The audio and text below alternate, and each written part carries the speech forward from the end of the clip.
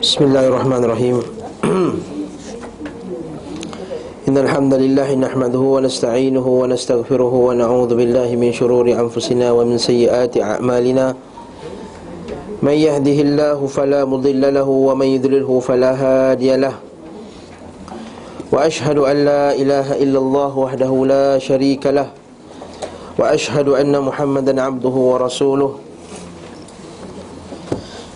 Amma ba'du fa inna asdaqal hadithi kitabullah wa khairal hadyi hadyu Muhammadin sallallahu alaihi wasallam wa syarral umur muhdatsatuha wa kullu muhdatsatin bid'ah wa kullu bid'atin dhalalah wa kullu dhalalatin finnar.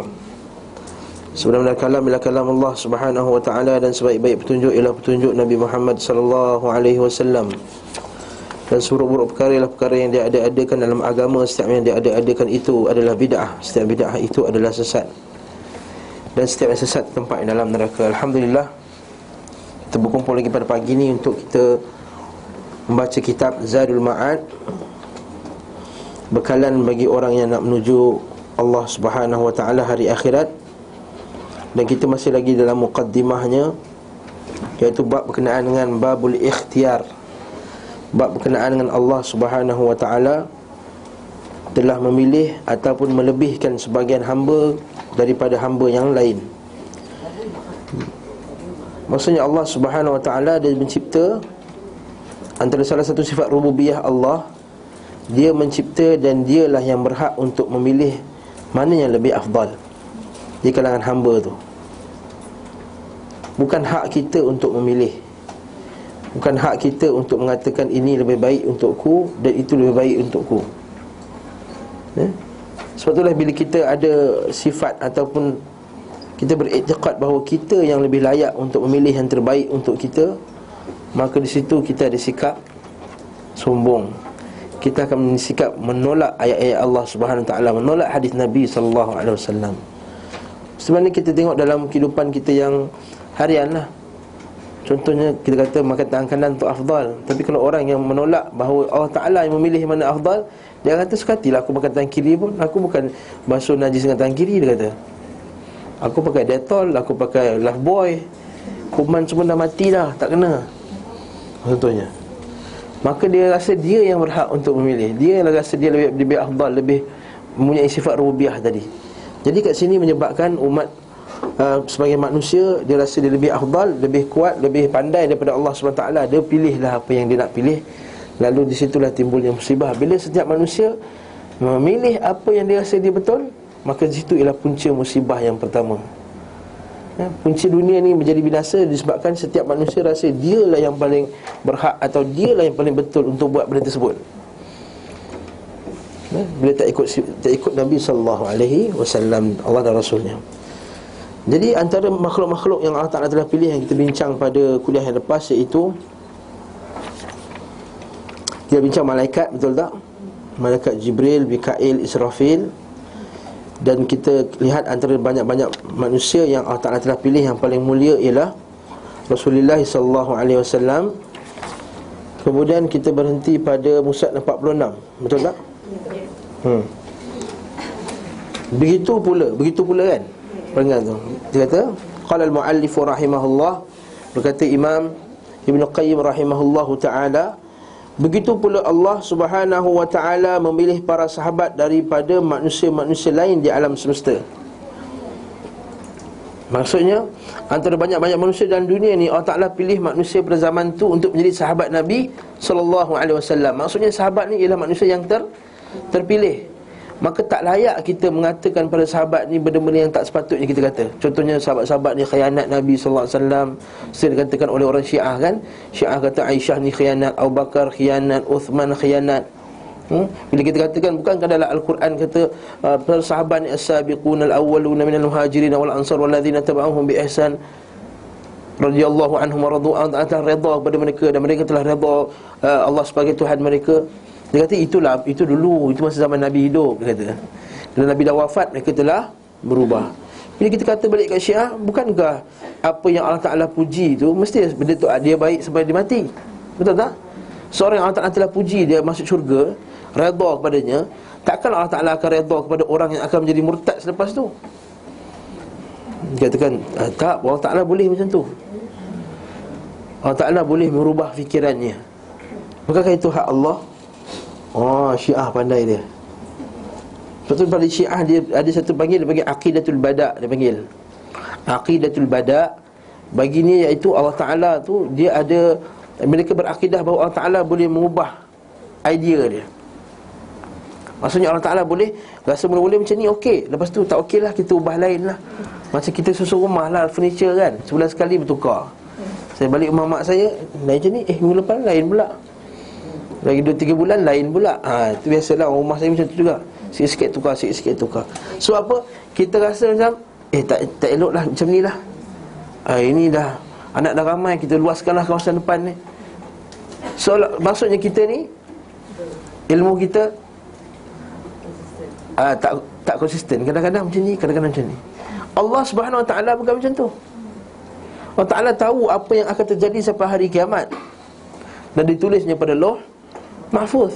Dalam hadis yang sahih tu kan, kita dengar, innallaha kataba maqadiral khalqi qabla an yakhluqas samawati wal ard biqadri 50,000 sanah. Allah Subhanahu Wa Ta'ala telah menulis qada dan qadar bumi ini 50,000 tahun sebelum bumi ini dicipta. 50,000 tahun. Jadi kat sini kita kata tindakan mereka mengutuk para sahabat radhiyallahu anhum ialah tindakan yang bertentangan dengan akidah ahli sunnati wal jamaah. Lepas tu kata Imam Malik, siapa yang mengutuk Aisyah dia dihukum bunuh, siapa yang mengutuk Abu Bakar dia disebat. Kenapa Aisyah dihukum bunuh, kenapa Abu Bakar disebat? Siapa yang memaki Aisyah dihukum bunuh, siapa yang memaki Abu Bakar As-Siddiq dihukum sebat. Kenapa? Agak-agak kenapa ada perbezaan ni? Tak, hampir tepat Sri Nabi. Sebab apa? Sebab kesucian Aisyah radhiyallahu anha telah dibuktikan, disaksikan oleh Al-Quranul Karim. Jadi sesiapa yang menentang Al-Quranul Karim, maka hukumnya kufur dan murtad. Itu beza dia. Adapun Abu Bakar As-Siddiq tidak ada dalil nas yang jelas daripada Quran mengatakan bahawa siapa mengutuknya hukumnya murtad. Bahkan daripada Ali radhiyallahu anhum, sabit daripada Ali, siapa yang melebihku ke atas Abu Bakar dan Umar, maka aku akan sebat dia, aku akan hukum dia. Ini Ali sendiri yang cakap. Tapi Syiah tak terima benda ni. Untuk Ibnu Mas'ud radhiyallahu anhu kata, dia kata qaumun ikhtarahumullah. Nabi kata, Ibnu Mas'ud kata, man kana minkum muta'assiya, siapa di antara kamu nak mencari-cari contoh, cari idol, cari macam mana orang yang kita nak contoh dalam sifat beragama ni, ambil apa? Siapa? Falyastan biman qad mat, maka carilah orang yang telah mati. Ibnu Mas'ud cakap orang telah mati tu siapa? Sahabat-sahabat Nabi lah, bukan kita sekarang ni. Sebab apa? Qaumun ikhtarahum, mereka tu abarruhum quluban, mereka orang paling baik hatinya. Wa a'maqahum ilman, ilmu yang paling dalam. Wa aqalluhum takallufan, yang paling ringan sekali memberat-beratkan agamanya. Hati paling baik, paling ni. Qaumun ikhtarahumullah li suhbati Nabi SAW, kaum yang Allah Ta'ala telah pilih. Kata siapa ni? Ibnu Mas'ud ni cakap, kaum yang Allah Ta'ala telah pilih untuk menjadi sahabat Nabi SAW. Jadi itu kelebihan para sahabat radhiyallahu anhum. Jadi kita kata begitu pula Allah Ta'ala memilih para sahabat. Di kalangan manusia lain, di alam semesta. Sebab itulah macam mana hebat pun orang lain takkan sama dengan sahabat Nabi radhiyallahu anhum. Waktu Umar Abdul Aziz pernah ditanya, mana lagi afdal, engkau ke ataupun Muawiyah bin Abi Sufyan? Muawiyah sahabat Nabi kan? Umar Abdul Aziz yang orang kata khalifah yang adil, yang hebat, apa semua ni. Apa kata Umar Abdul Aziz? Aku ni dengan habuk kuda Muawiyah pun aku tak sampai. Umar Abdul Aziz yang hebat, yang orang kata dia khalifah Islam yang kelima. Orang menggelar Umar Abdul Aziz sebagai khalifah Islam yang kelima. Bila orang tanya kat dia, mana lagi afdal, engkau ke Muawiyah? Dia kata, aku dia dengan debu kaki Muawiyah pun tak mencapai. Sebab apa? Muawiyah dapat apa yang orang lain tak dapat, iaitu menjadi sahabat Nabi sallallahu alaihi wasallam. Itu yang kita kena faham masalah. Mana-mana manusia, mana-mana kumpulan, mana-mana puak, mana-mana tarekat, mana-mana orang yang kata dia lebih hebat daripada sahabat Nabi radhiyallahu anhum, maka padanya ada kecacatan dalam akidah.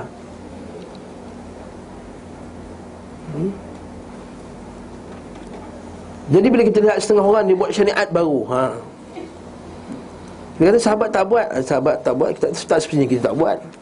Jadi kau dakwa sahabat lagi kurang amalan daripada engkau. Sahabat tak, bila orang mati tak buat tahlil malam-malam. Kau buat, adakah maknanya kau dakwa kau lebih baik daripada sahabat Nabi radhiyallahu anhum? Lebih layak. Sahabat tak sambut maulid Rasul. Apa salahnya bid'ah hasanah, dia kata bid'ah yang baik. Adakah kamu mendakwa kau punya amalan kau lebih baik daripada sahabat radhiyallahu anhum? Sahabat yang paling sayang Nabi, paling cinta Nabi, paling memperjuangkan hidup untuk Nabi sallallahu alaihi wasallam, paling mengorbankan jiwanya, hartanya dan semua benda untuk Nabi sallallahu alaihi wasallam. Dia tak sambut maulid Rasul, jadi kau rasa kau lebih sayang Nabi? Kata ini benar masalah akidah. Kita kena percaya ni. Para sahabat adalah orang yang paling afdal. Lalu memilih mereka di antara mereka orang-orang yang dahulu dan yang pertama, awal minal awwalin wal akhirin. Dan memilih di antara mereka orang-orang yang ikut dalam perang Badar. Maksudnya dalam para sahabat tak semua sama level. Dalam sahabat-sahabat tu ada level-level juga. Pertama sekali al-asyara mubasyirin bil jannah, 10 yang dijamin masuk syurga. Kemudian yang pergi perang Badar, as-sabiqun al-awwalun. Kemudian yang pergi perang Badar. Kemudian seterusnya. Yang last sekali yang masuk Islam ketika pembukaan kota Makkah. Maksudnya para sahabat pun ada level yang berlainan. Bayangkan, pernah sekali Khalid Al-Walid bergaduh dengan Abdurrahman bin Auf. Khalid Al-Walid sahabat yang masuk lewat kan, sebab Nabi masa masuk kota Mekah tu baru masuk Islam. Khalid Al-Walid lambat. Abdurrahman bin Auf masuk awal. Apa jadi? Berlaku pergaduhan. Khalid Al-Walid terkutuk Abdurrahman bin Auf. Dan bila bergaduh, pertama dari bahawa sahabat pun bergaduh. Dari bahawa sahabat tu manusia juga. Lepas tu Allah Ta'ala jadikan mereka bergaduh, mereka berselisih faham, mereka pernah, semua pernah. Yang kita pernah berlaku dalam hidup kita, bercerai pun pernah. Talak 3 nak balik kat suami lama pun pernah. Ada. Betul. Suami mati pucuk pun pernah. Ni bukan saya kata nak cerita lucah, bukan, betul. Berlaku seorang perempuan ni diceraikan talak 3. Lepas tu bila dia diceraikan talak 3, bukan dia minta dipisahkan. Cerita talak 3. Cerita talak 3 lah. Terus bila kahwin dengan lelaki lain, lelaki tu kata tak sama macam suami dia dulu. Dia kata dengan kiasan lah. Dia kata tak boleh kau kahwin balik dengan suami kau yang lama hatta tazuqi usailatahu wa tuziqu usailatak. So, kamu rasa kemanisan dia dan dia rasa kemanisan kamu. Faham lah tu. Dah ada lah kisah macam tu pun ada. Dan ni bahawa Umar dengan Abu Bakar pernah bergaduh. Cerita dalam kelas ni kan, pernah bergaduh. Manusia yang paling hebat dalam dunia yang pernah bergaduh. Jadi kita manusia biasa bergaduh lah. Silap parking bergaduh, silap bayar duit bergaduh, bayar buku lambat bergaduh. Biasalah kan, tersilap potong kain bergaduh. Biasalah tu. Tapi macam mana cara, bagaimana mereka menyelesaikan masalah pergaduhan tadi? Itu yang kita nak tengok daripada para sahabat radhiyallahu anhum. Jadi kita batal balik pada kisah tadi. Khalid Al-Walid pernah terkutuk Abdurrahman bin Auf. Apa kata Nabi SAW? Dan kan dua ni level sama tau sahabat ni. Satu Saifullah, pedang Allah. Satu orang yang paling banyak sedekah dalam jalan Islam, Abdurrahman bin Auf. Bukannya salah orang. Apa dia kata apa? La tasubbu ashabi, la tasubbu ashabi, la tasubbu ashabi. Jangan kamu kutuk sahabat aku, jangan kutuk sahabat aku. Sedangkan ada dua sahabat kan. Tapi sebab Abdurrahman bin Auf dia lebih masuk Islam awal, lebih lagi afdal, la tasubbu ashabi, jangan kamu kutuk sahabat aku. Wa wallazi nafsi biyadihi law anfaqa ahadun mithla uhudin dhahaban ma balagha mudda ahadihim wala nasifah. Sekiranya seorang kamu mensedekahkan satu gunung Uhud pun emas, tak sampai setengah put pun daripada apa yang para sahabat buat. Nampak tak? Tak sama level kita dengan para sahabat radhiyallahu anhum. Jadi antara banyak-banyak sahabat Nabi tu ada yang Allah Ta'ala telah memilih orang yang ikut perang Badar. Kemudian daripada perang Badar tu dipilih pula yang ikut Bai'atul Ridwan. Tahu tak Bai'atul Ridwan? Semua tahu Baitul Ridwan. Baitul Ridwan ni ketika masa Nabi nak pergi buat umrah, pada tahun ke-6 Hijrah ataupun 5 Hijrah, lebih kurang lah. Masa mula-mula tu Nabi dah terasa rindu sangat nak buat umrah. Jadi Nabi pun pergi nak pergi buat umrah bersama dengan para sahabat. Tapi pedang mereka semua tersimpan, bukan nak pergi perang, bawa kambing apa semualah. Di tengah-tengah perjalanan dia dihalang oleh orang musyrikin Mekah. Lalu Nabi SAW hantar Uthman untuk membincangkan masalah tu. Wakil dia lah, duta dia. Lalu bila hantar wakil Uthman radhiyallahu an, tersebarlah berita palsu, kabar angin mengatakan bahawa Uthman telah terbunuh. Lalu Nabi SAW dengan para sahabatnya berjanji, bersumpah setia untuk membalas dendam di atas kematian Uthman radhiyallahu an. Siapa yang angkat sumpah pada tu, jawab sumpah setia tu, dia panggil Bai'atul Ridwan. Tempat tu. Pada zaman Umar radhiyallahu an, Umar pergi tebas pokok Bai'atul Ridwan, pokok di mana para sahabat pergi angkat janji ni. Sebab apa? Sebab orang semua datang kat pokok tu ambil berkat. Macam orang kita lah pergi umrah, pergi Ji'ranah, pergi Hudaibiyah, pergi telaga Ji'ranah tu, dekat telaga kat sini ada berkat lah telaga tersebut. Satu kerajaan Arab Saudi dia kambus balik telaga tu. Datang mutawif-mutawif yang sesat ni. Lepas tu tuan-tuan sekalian, pergi umrah, cari ejen yang sunnah. Kalau saya ni boleh diberi fatwa lah, kalau saya boleh beri fatwa lah, saya akan fatwakan haram pergi umrah dengan ejen-ejen ahli bid'ah ni. Pertama, dia buat bid'ah ketika buat umrah, ketika haji nak umrah, ketika di Madinah. Nabi SAW dalam hadis yang sahih, Nabi kata, siapa yang buat bid'ah di Madinah, Allah Ta'ala kata, lan yuqbal tan tuqbalu taubatuhu, Allah Ta'ala takkan terima taubatnya sehingga hatta yarji'. Pergi nangis-nangis sana, apa kena dosaku depan, apa kat Masjid Nabawi apa semua, rupa tak terima taubat dia sebab buat bid'ah dalam Madinah. Dan hadis lain pula dengan berkata, man ahdatha au awa muhditha la'natullahi alaihi wal malaikati wan nasi ajma'in.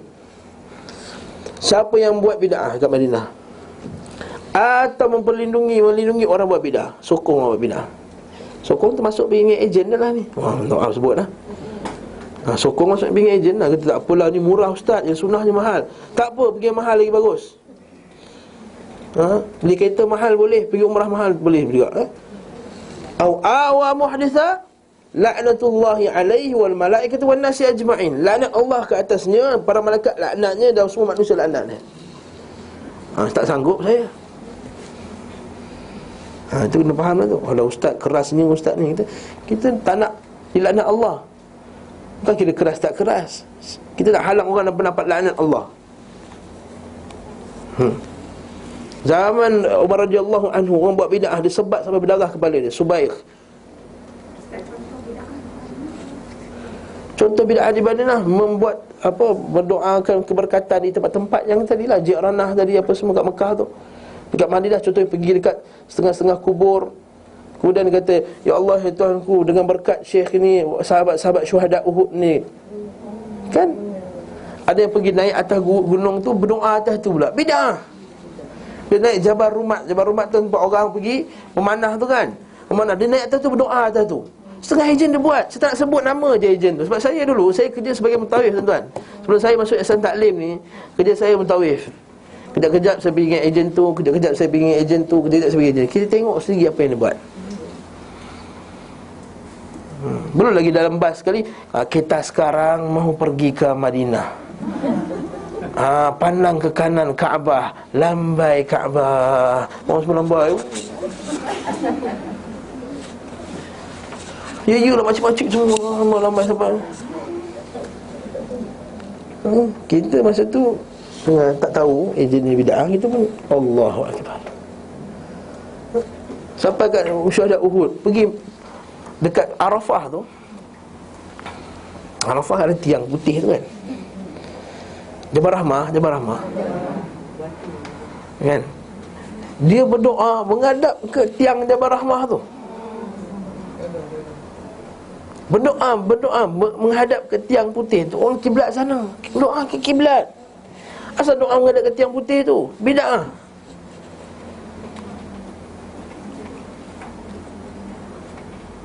Boleh lagi kira buat tahlil arwah kat Masjid Nabawi, Masjid Haram, buat tahlil arwah kat Masjid Haram. Tahu kan? Ada sengaja buat tahlil arwah kat Masjid Haram. Innalillahi wa inna ilaihi raji'un. Kita kata ini semua pernah kan?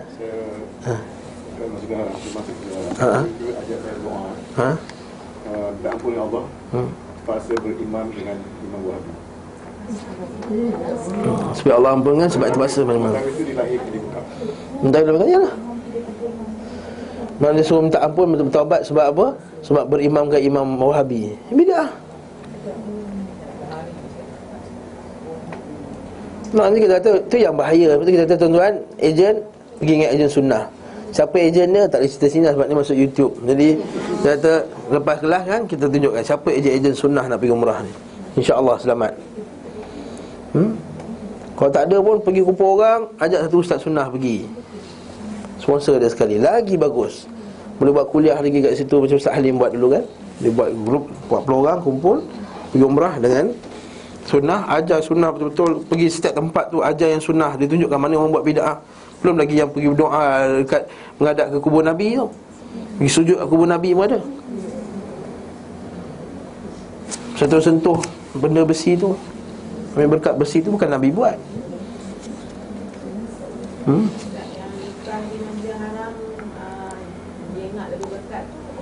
Nikah di Masjidil Haram.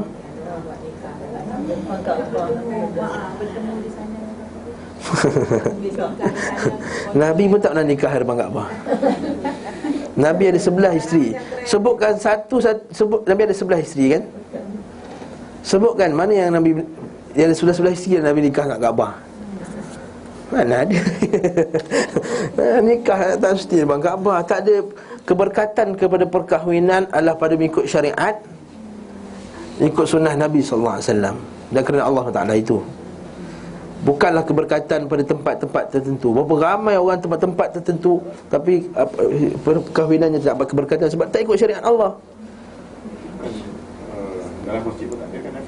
Dalam masjid pun tidak disunnahkan. Bukan kata afdal menikah dalam masjid. Tidak. Kat sini Yayasan Taklim pun boleh menikah.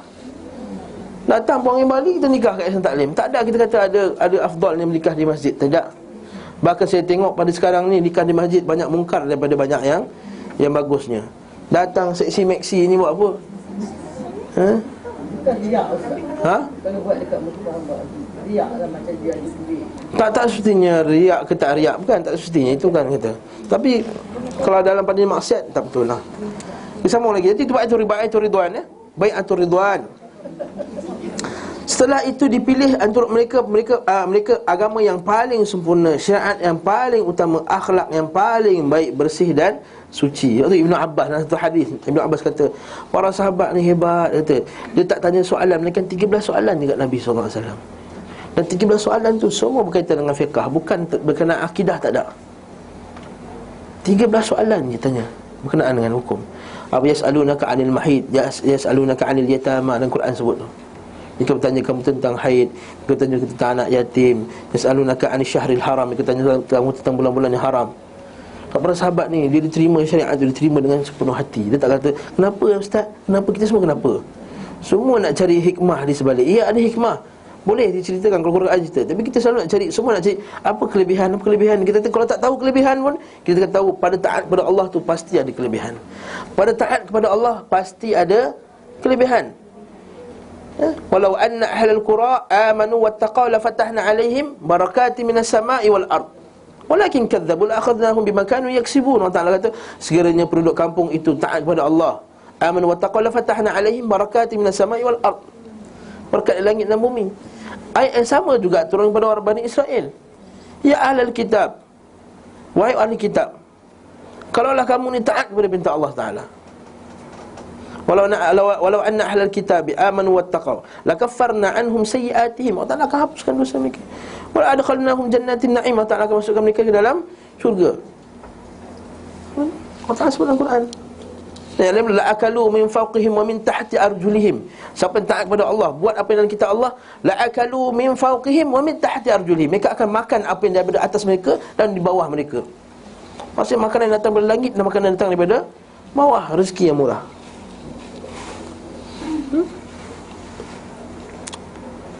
Lepas tu para sahabat radhiyallahu anhu, jangan kita tanya. Para sahabat 13 soalan dia tanya.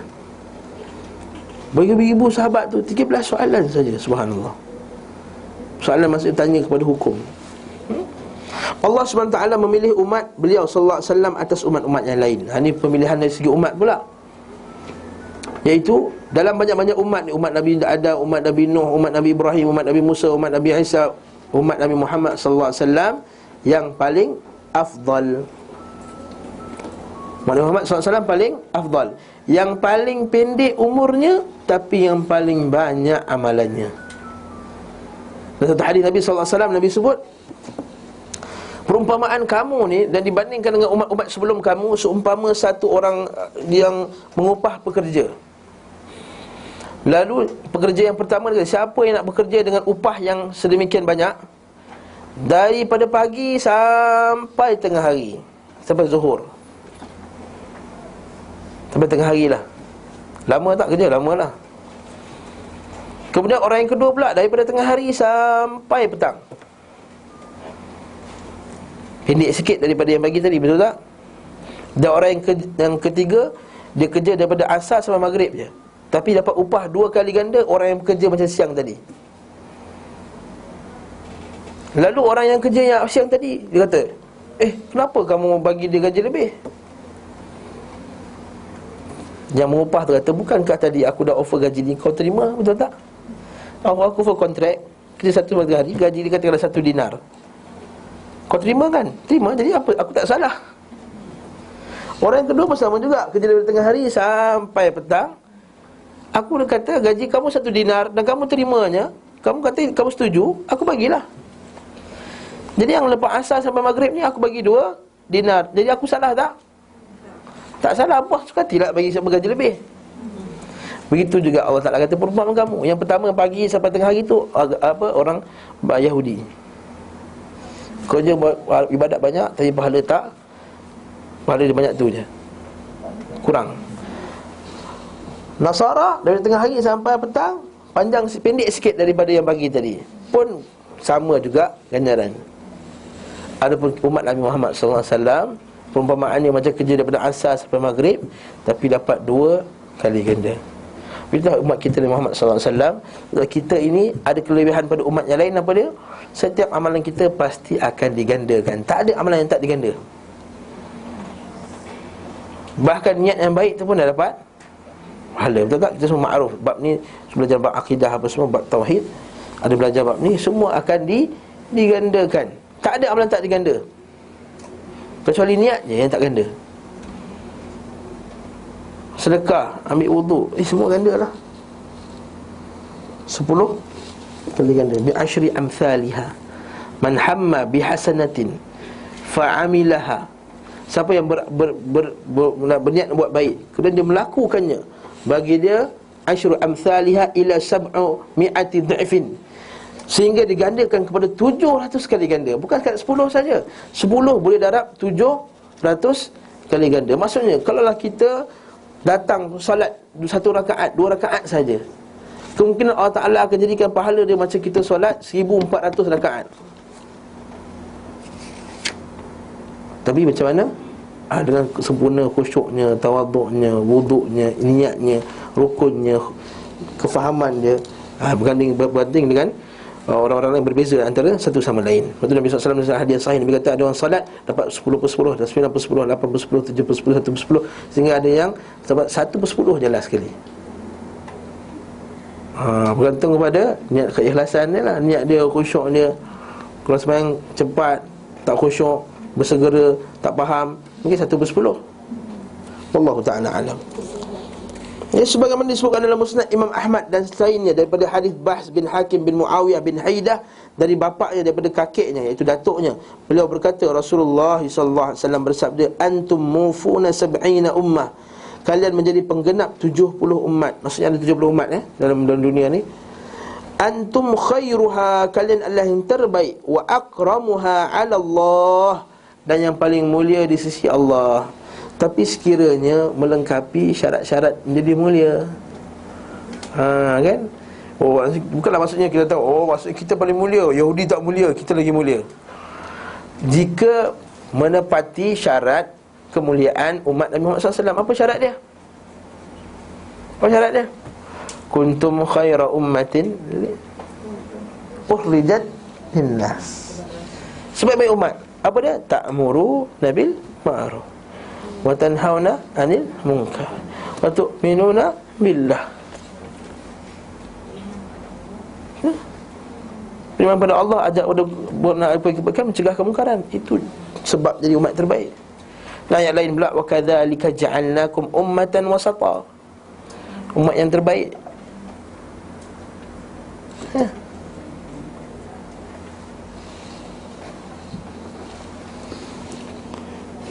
Syarat dia al-amru bil ma'ruf wan nahyi 'anil munkar. Bila hilangnya al-amru bil ma'ruf wan nahyi 'anil munkar, bila hilangnya ajak kebaikan, mencegah kemungkaran, supaya adik-beradik sendiri buat maksiat tak boleh tegur, anak sendiri buat maksiat tak boleh tegur, isteri sendiri buat maksiat dibiarkan, kawan-kawan sendiri buat maksiat tak boleh tegur, sebab nak jaga silaturahim contohnya, maka ketahuilah itu kebinasaan bagi kamu.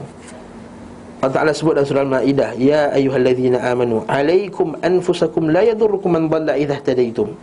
Wahai orang yang beriman, kamu jaga diri kamu. Sesungguhnya orang yang sesat tu tak memberi mudarat kepada kamu. Ada setengah orang faham ayat ni, maksudnya jaga diri sendiri cukuplah, tak usah peduli dengan orang lain. Alaikum anfusakum, Allah Ta'ala kata, kamu jaga diri kamu sendiri. Orang yang sesat tu tak akan memberi mudarat kepada kamu, kata Allah SWT. Lalu sebagian manusia kata, maksudnya kita jaga diri sendiri, apa kita perlu dengan orang lain, nak dakwah, nak cegah kemungkaran, nak ajak kebaikan. Bila Abu Bakar dengar, dia kata, antum tafhamunahu, kamu semua memahaminya tidak seperti mana yang Rasulullah SAW memahaminya. Sesungguhnya ayat itu berkenaan dengan orang yang tak mencegah kemungkaran, iaitu manusia itu. Manusia bila nampak kemungkaran, munkara walam yughayyiruhu, dan tidak ubahnya, sedangkan dia mampu untuk mengubahnya, yushik ayya'ummahumullahu bi'iqabih, hampir-hampir saja Allah Ta'ala akan menyertakan azab dia kena kat semua orang sekali. Dan hadis lain Allah Ta'ala kata, innallaha la yu'adzibul ammah bi'amalin khassah. Allah Ta'ala tidak akan mengazab manusia ni keseluruhannya kerana amalan kejahatan sedikit daripada kamu ni. Nanti mungkin sebagian kita buat jahat, Allah Ta'ala takkan azab semua. Tetapi sekiranya mereka bila nampak kemungkaran tadi yang sedikit buat tadi, mereka tidak mengubahnya, tidak melarangnya, tidak mencegahnya, maka Allah Ta'ala kata semua sekali akan kena azab. Jadi kita kena buat kerja.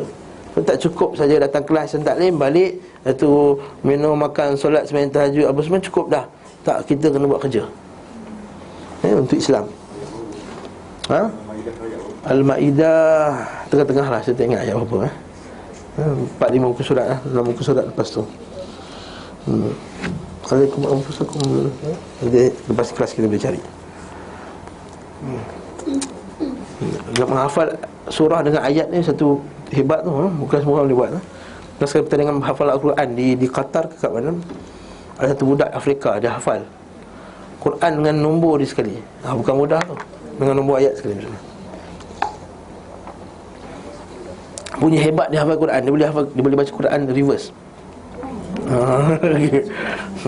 Dia boleh baca turun naik. Dia hebat Kita nak atau terbalik pun tak boleh kan? Baca tahiyat kalau berhenti tengah-tengah jalan dah tak boleh sambung dah. Baca tahiyat berhenti tengah jalan, stop kan? Stop. Cuba sambung, tak boleh dah. Dia jam dah. Dia autopilot namanya. Pengaruh pemilihan ini tampak pada amalan, akhlak, tauhid dan tempat-tempat mereka di syurga. Ya, nampak ya? Atau alhamdulillah, walaupun umat Islam ni taklah semuanya amalkan apa yang Allah Ta'ala suruh, tapi secara puratanya kita ni lebih baik daripada orang kafir. Memanglah kita tahu orang kafir tu lagi bersih negara dia, apa semua, tapi dari segi akhlak secara personal tu lagi baik berbanding dengan orang kafir tu.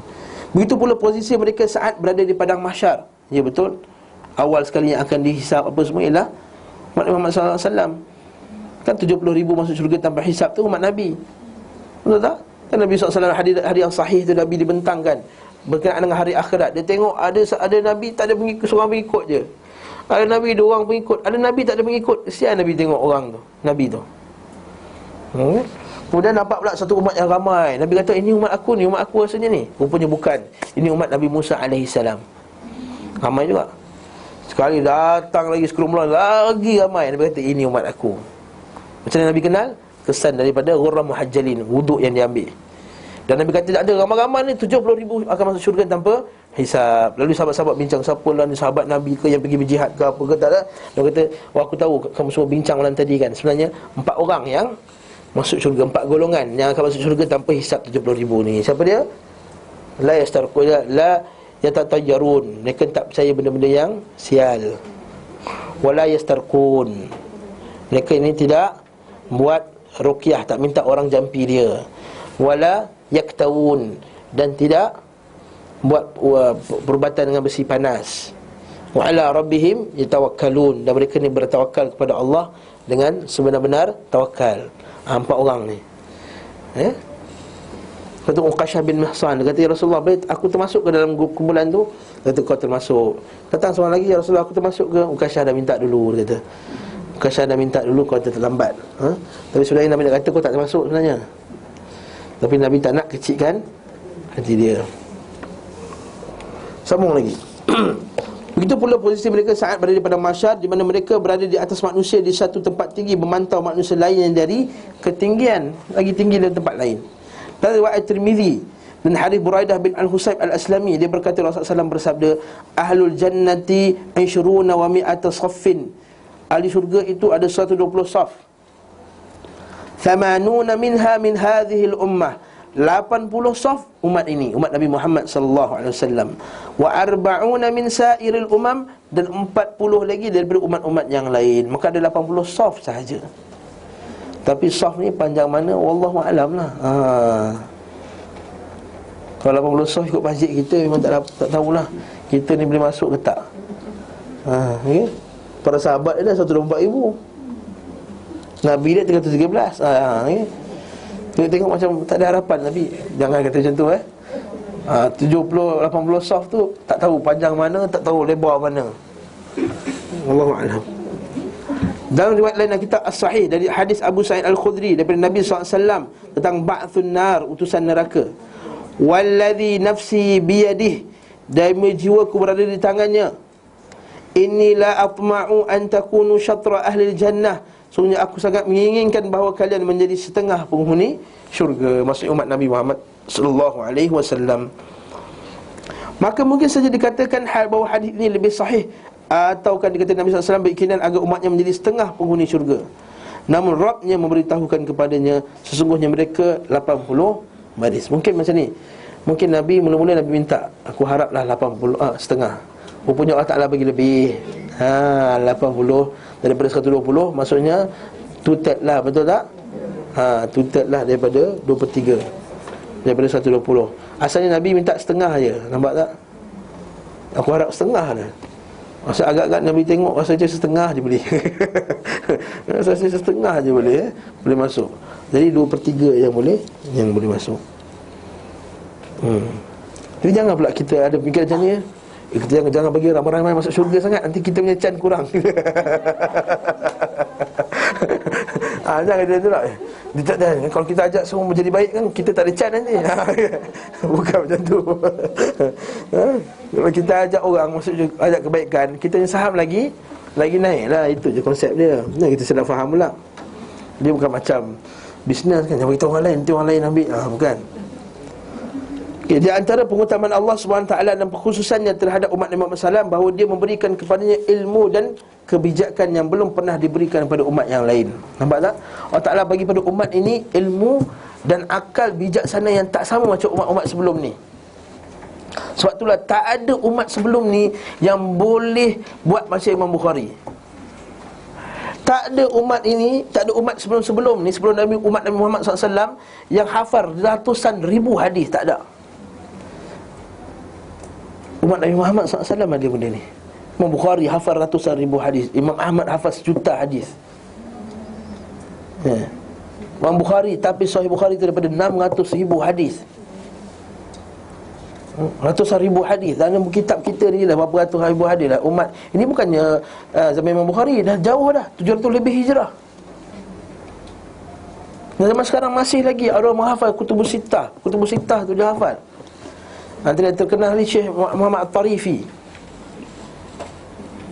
Syekh Tarifi, Teman Turaifi. Dia hafal semua, dia boleh sebut dengan sanadnya. Imam Ibn Jarir contohnya kata, disebut dalam kitab Tafsir Ibn Jarir Tabari dengan sanadnya, pada sila sekian dia sebut hadis dia. Dia hafal. Boleh hafal dengan qiraat yang sabah. Kita ada Ustaz Yusuf bin Salah yang mengajar kat sini tu. Dia hafal Quran dengan 7 qiraat. Kita yang sekiraat ni pun tak lepas-lepas lagi.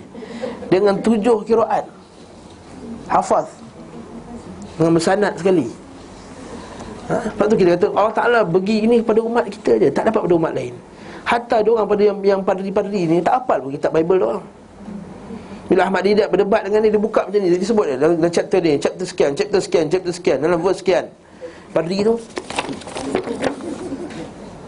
tergigih buka. Dia buka ni pula dalam chapter sekian, dia pun baru tergigih nak buka. Waktu bila nak baca dia buka tak padri doang. Oh, I command pegang. Apa benda? Kita waktu kita jadi imam tak digalakkan pegang Quran. Dia tak digalakkan. Kita nak bagi orang hafal Quran dia jadi imam. Tak digalakkan pegang, jadi imam pegang Quran. Okey. Apa lagi? Allah Ta'ala sama kata apa, dan yang belum pernah diberikan kepada umat lain. Dalam Musnad Al-Bazzar dan selain daripada hadis Abu Darda radhiyallahu anhu, ia berkata, aku mendengar Abul Qasim. Siapa Abul Qasim ni? Nabi Muhammad sallallahu alaihi wasallam. Zaman Nabi kata takannu bi ismi, tasammu bi ismi wala taknu bi kunyati. Nabi kata, kamu pakailah nama aku tapi jangan pakai kunyah aku, Abdul Qasim. Nabi boleh pakai Nabi Muhammad tapi jangan pakai Abdul Qasim, sebab kalau panggil nama nanti terpandang, nanti panggil Abdul Qasim, nanti Nabi pun pandang juga. Sedangkan nanti bukan kau ya Rasulullah, aku maksudkan orang lain. Itu zaman Nabi. Adapun zaman sekarang boleh pakai gelaran Abu Al-Qasim. Daripada Abu Darda radhiyallahu anhu, ia berkata, aku mendengar Abu Qasim radhiyallahu sallallahu alaihi wasallam bersabda, sesungguhnya Allah berfirman kepada Isa putra Maryam, sesungguhnya aku akan mengutus sesudahmu satu umat. Jika mereka mendapati apa yang mereka inginkan, mereka memuji dan bersyukur. Ni kita dapat apa yang kita nak, kita bersyukur, alhamdulillah. Dan jika ditimpa apa yang tidak disukai, maka mereka akan mengharapkan pahala dan bersabar. Tasbir wal tahtasib. Tidak ada kebijakan dan tidak ada ilmu seperti mereka. Isa berkata, wahai Rabbku, bagaimana ini tidak ada kebijakan dan tidak ada ilmu? Allah menjawab, aku memberikan kepada mereka dari kebijakanku dan ilmuku. Maksudnya apa tu? Maksud hadis ni, dia kata la hilma wala ilm. Dia kata puak ni tak ada hilm, tak ada ilm. Maksudnya apa? Kerana orang Islam pun confuse. Tadi baik, tak ada ilmu dan tak ada kebijaksanaan. Allah Ta'ala kata, ya, tak ada ilmu kebijaksanaan daripada akal mereka sendiri, tapi ilmu dan kebijaksanaanku daripada aku. Maksud special, aku yang bagi kebijaksanaan tadi. Jangan silap faham pula, bukan tak ada ilmu kebijaksanaan. Maksudnya ilmu kebijaksanaan tu daripada aku yang bagi. Sebab itulah, apa nak bagi tahu kat sini? Tidak ada ilmu dan tidak ada kebijaksanaan melainkan ilmu berkenaan dengan Allah Subhanahu wa Ta'ala. Itu ilmu dan kebijaksanaan yang paling tertinggi sekali. Itu ilmu dan kebijaksanaan yang paling tinggi, itu ilmu dan kebijaksanaan berkenaan dengan Allah Subhanahu wa Ta'ala. Lepas tu kita tengok pada umat ini, lepas mereka kuasai Quran dan Sunnah, Allah Ta'ala bagi mereka kekuatan ilmu yang lain. Betul tak? Umat Islam yang awal bukan pakar sains, bukan pakar geografi, bukan pakar apa semua. Tapi setelah mereka menjadikan Quran dan Sunnah sebagai ilmu yang terbesar dalam diri mereka, hafalnya, menjaganya, menulisnya, menyebarkannya, maka kita lihat selepas tu Allah Ta'ala beri mereka ilmu yang lain. Kita terbalik. Kita nakkan kehebatan itu dengan memberikan ilmu. Orang bagi sains, matematik, rupanya jahil semua. Agama jahil, hadis jahil, akidah jahil. Akhirnya, yelah dapat pandai hebat, tapi tak dapat yang macam apa yang Islam nak. Lepas tu bila berlaku dalam dunia Islam dahulu, kalau kita baca sejarah pendidikan, masa saya mengaji master dulu, dia ada buat satu subjek kan, Islamization of Knowledge kat UIA ni. Dia cerita macam mana, kenapa orang Islam dulu jatuh. Bila jatuh tu, dia lihat pada barat je hebat. Di Mesir bila Islam jatuh kan, bila orang kafir datang, jadi dia tengok pada negeri barat tu kehebatan. Jadi dia kata kita tinggalkan sekolah-sekolah pondok kita semua ni, kita tinggalkan agama, mari kita ambil model barat masuk dalam sekolah kita. Di Turki pun benda yang sama. Tuan-tuan kalau belajar, sebenarnya Kamal Atatürk tu adalah produk kepada Sultan punya idea yang nak membaratkan pendidikan. Bila dia tengok Turki semakin tak kuat kan, dan tengok negara barat maju apa semua, jadi sebagian orang di bawah Raja Turki masa tu rasa, apa kata kita hantar anak-anak kita belajar kat Perancis. Lalu dibawa balik dan dibawa sekali dengan ideologi dan akidah. Itu yang jadi ini Kamal Atatürk. Sebab tu kita kata tak boleh disalahkan Kamal Atatürk tu sekata-patus dari kejahatan yang dia buat. Dia adalah produk kepada orang yang sebelumnya yang kata, "Meh, semua hantar semua anak-anak kita pergi sana," tanpa menapis dahulu. Lepas tu saya kata, kalau saya lah jadi kerajaan, kalau saya lah kerajaan, sekali lagi tadi fatwa, ini kalau lah saya jadi kerajaan lah, saya akan wajibkan semua pelajar-pelajar kita yang nak pergi ke negara barat ni duduk 6 bulan ke 5 bulan kos pemantapan akidah dulu. Ajar semua benda ni, ajar Ustaz Ali, ajar ijaz tu, ajar kelas berkenaan dengan salah faham terhadap Islam, ajar fiqah ketika berada di negara barat, macam mana nak solat, muamalah macam mana, apa i'tiqad kita, al-wala al-bara bila ada negara kafir, bagaimana ni, semua ada hukum dia. Mungkin juga cadangan yang baik. Bagi 5-6 bulan duduk dalam tempat ni. Kita boleh buat macam-macam kan, BTN lah, apa benda lah, apa semua ni, untuk kita kata brainwash. Kenapa tak buat ni kepada anak kita pergi sana? Dia tahu dah, dia dah fiqhul aqalliyat panggil. Dia fiqh orang yang minoriti. Macam kata kita pergi sana, periksa exam petang, waktu solat, tapi kena duduk exam kat negara kafir. Kalau tak duduk nanti fail periksa. Maka ada fiqahnya kat situ. Duduk dengan negara kafir macam mana? Ini semua ada fiqah dia, ada mentamakan dia. Sana Masya Allah, serangan akidah macam mana kat hebat kat sini, sana pun lebih-lebih hebat. Sebab itulah kita tengok modul sekolah agama di negara barat lagi mantap daripada modul sekolah kita kat sini. Sekolah modul kat sini ialah parrot. Rukun Islam ada 5. Pertama, percaya Allah. Kedua, percaya malaikat. Ketiga, percaya kitab, hafal. Periksa keluarkan balik benda tu. Kalau kita baca, saya di Subang Jaya dulu, saya ada buat satu, kita ambil modul-modul sekolah di negara barat ada satu buku tu, What Islam is All About. Budak ni, buku ni dia ajar untuk kanak-kanak darjah 4. Dalam tu dia tanya kenapa Allah, kenapa zaman dinosaur ada ke tak, bagaimanakah Allah, kenapa mereka sembah agama berlainan, kalau kita ni percaya Tuhan tu satu, kenapa mereka soalan-soalan macam ni dia ajar kepada anak yang 4, 5, 6 tahun. Darjah 4, 5 dan 6. Jadi pemahaman Masya Allah. Jadi kita kat sini, kita tidak diajar anak kita untuk menghadapi syubhat-syubhat. Syubhat-syubhat tak? Kekeliruan-kekeliruan, serangan-serangan akidah ni. Walaupun tu kita hafal Yasin pun jadi murtad. Itu pelik tu. Aisyah Bukhari dulu kan, hafal Yasin bapak dia kata, tapi boleh jadi murtad. Sebab apa? Tidak diberi ilmu. Hafal Quran dan tak diberi ilmu. Nanti kita minta Allah SWT selamatkan kita daripada musibah ini. Kemudian Allah Ta'ala pilih pula tanah haram dan penjelasan keistimewaannya. Contoh lainnya adalah Allah Subhanahu Wa Ta'ala memilih yang terbaik dan paling mulia di tempat-tempat dan negeri-negeri. Maksudnya yang memilih bumi ini mulia dan tak mulia siapa? Allah. Jadi kat mana dalil Quran dengan hadis kata Karbala tu mulia? Syiah. Dekat mana hadis yang kata setengah-setengah tempat tu mulia, lebih mulia daripada tempat lain yang lain? Seperti guru-guru tarekat, dia kata Cyprus tu tempat mulia sebab ada wali. Bumi para awliya, dia kata Cyprus. Syekh Nazim, perempuan pun tahu, Alhamdulillah. Kerana Cyprus tu bumi diberkati awliya. Bumi diberkati apa? Hukum hudud tak buat, apa semua tak buat, diberkati apa bendanya? Adakah diberkati bumi itu sekiranya hukum Allah tak dijalankan? Na'udzubillahi min zalik. Macam mana? Kemudian apa? Sesungguhnya Allah Subhanahu wa taala memilihnya untuk nabinya sallallahu alaihi wasallam, dijadikan sebagai tempat manasik bagi hambanya. Tempat haji lah ni, Mekah.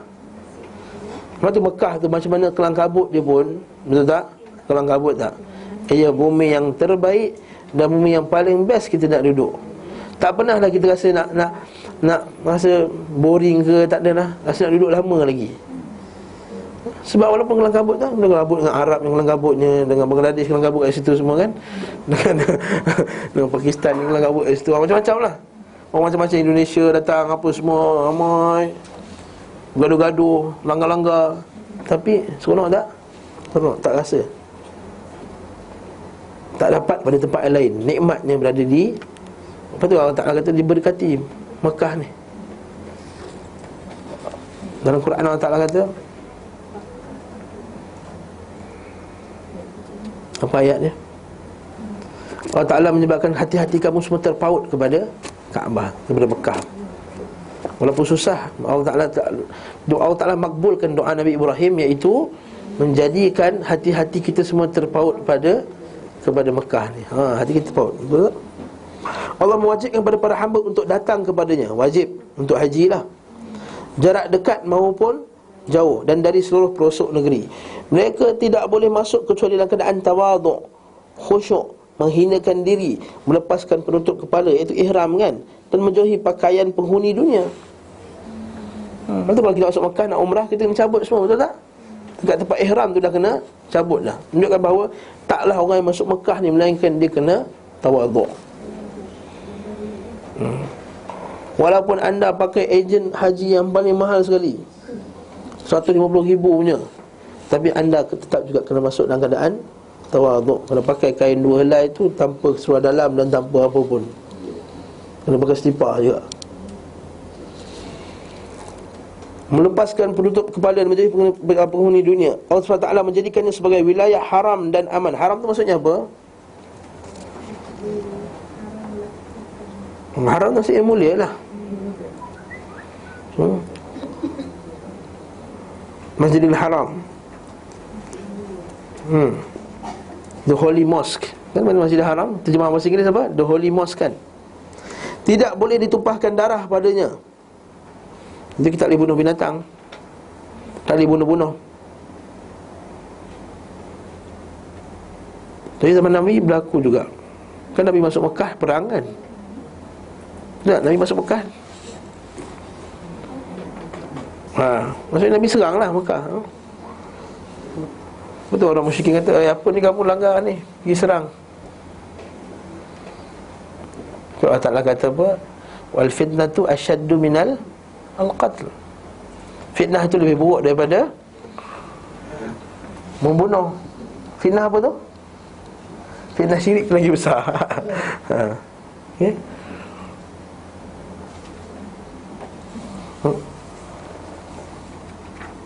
Allah kata la tuqatiluhum, surah Al-Baqarah, hatta yuqatilukum fi. Jangan kamu serang mereka sehingga mereka serang kamu. Maksudnya apa? Jangan kamu serang Masjidil Haram ni sehingga mereka itulah yang nak perang kamu. Maksudnya mereka telah melanggar perjanjian, maka Allah Ta'ala pun suruh Nabi SAW serang Makkah tu. Mereka tidak boleh apa tadi? Tidak boleh tumpahkan darah padanya. Pepohonnya tidak boleh ditebang kan? Bukan sekat tebang, petik pun tak boleh. Binatang buruannya tidak boleh diusik. Rumputnya tidak boleh dicabut, orang yang dalam ihram ni. Dan barang jatuh padanya tidak boleh dipungut kecuali untuk diumumkan. Lepas tu kalau kat Mekah kita nampak ada orang tertinggal beg, tak boleh ambil kecuali nak bagi kat polis je. Okay? Dia panggil laqatah, kena biarkan. Batu-batu semua tak boleh angkut. Lepas tu berlaku dalam satu kes tu kan, orang Malaysia dia bawa batu kan. Tuan-tuan tengok tak? Dia terbawa batu, lepas tu dia rasa bersalah, dia post batu tu kat Malaysia balik. Masa dia balik ke Malaysia, orang Malaysia ni, dia terambil batu tu, macam mana tak terambil, Allah Alam. Dia pulang kan balik. Kisah ni jadi sensasi dekat Saudi. Masuk surah Abah kata, lihat orang ni bertakwa kepada Allah, walaupun termasuk dia terbawa, dia pulangkan balik dengan pos lagi, dia bayar sekali apa semua untuk mengekalkan batu tu di masjid Haram. Yang ni orang Syiah pergi kat kubur Baqi', dia ambil batu. Orang Sufi. Baru-baru ni sahabat saya ceritakan tempat haji tu, kat kubur Fatimah tu dia ambil batu kat kubur Fatimah, ambil tanah kat kubur Baqi' tu. Ini ahli bid'ah, macam-macam dia kerja dia buat. Berkatlah tanah, berkat kubur. Tak kisahlah ubat ke apa ke. Berangkat menuju tanah haram dijadikan sebagai penembus dosa terdahulu, pembersih kesalahan dan penghapus kekeliruan. Ya, kesalahan lah semuanya. Ini betul Nabi SAW kata, tidaklah seekor unta tu yang kamu naik tu dia angkat kaki, melainkan satu dosa terhapus, satu pahala dapat, satu martabat naik. Unta nampak kaki, maksudnya Ustaz naik kapal terbang macam ni kira dia, wallahualam lah. Piston dia bergerak ke, wallahualam lah. Tapi dapatlah pahala tu. Disebutkan dalam Sahihain, Sahih Bukhari dan Muslim, daripada Abu Hurairah radhiyallahu anhu, ia berkata Rasulullah SAW bersabda, "Man ata hadzal bait falam yarfuth wa lam yafsuq raja'a kama waladathu ummuh." Barang siapa yang mendatangi rumah ini, Kaabah, lalu tidak membuat rafath, tak mencarut, tak buat benda jahat, tidak berbuat fasik, maka ia kembali sebagaimana hari saat dilahirkan ibunya, kama waladathu ummuh. Dengan syarat tak ada bid'ah. Rafath tu zina, kotor, cakap mencarut, apa semua, tu rafath. Allah SWT tidak meredai bagi para pengunjung selain pahala syurga. Maksudnya Allah Ta'ala tak bagi ganjaran yang paling besar pada orang buat haji ni, melainkan pahala syurga. Dalam sunan, dari hadis Abdullah bin Mas'ud radhiyallahu anhu, ia berkata Rasulullah bersabda, "Tabi'u bainal haji wal umrah." Nampak? Rangkaikanlah antara haji dan umrah. Maksudnya Nabi suruh buat banyak kali. Ikutilah, lepas haji ikut dengan haji yang lain, umrah ikut umrah yang lain. Dalam setengah hadis dari Ibnu Abbas, Nabi kata kalau 5 tahun sekali patut buat haji, bagi siapa yang mampu. 5 tahun sekali.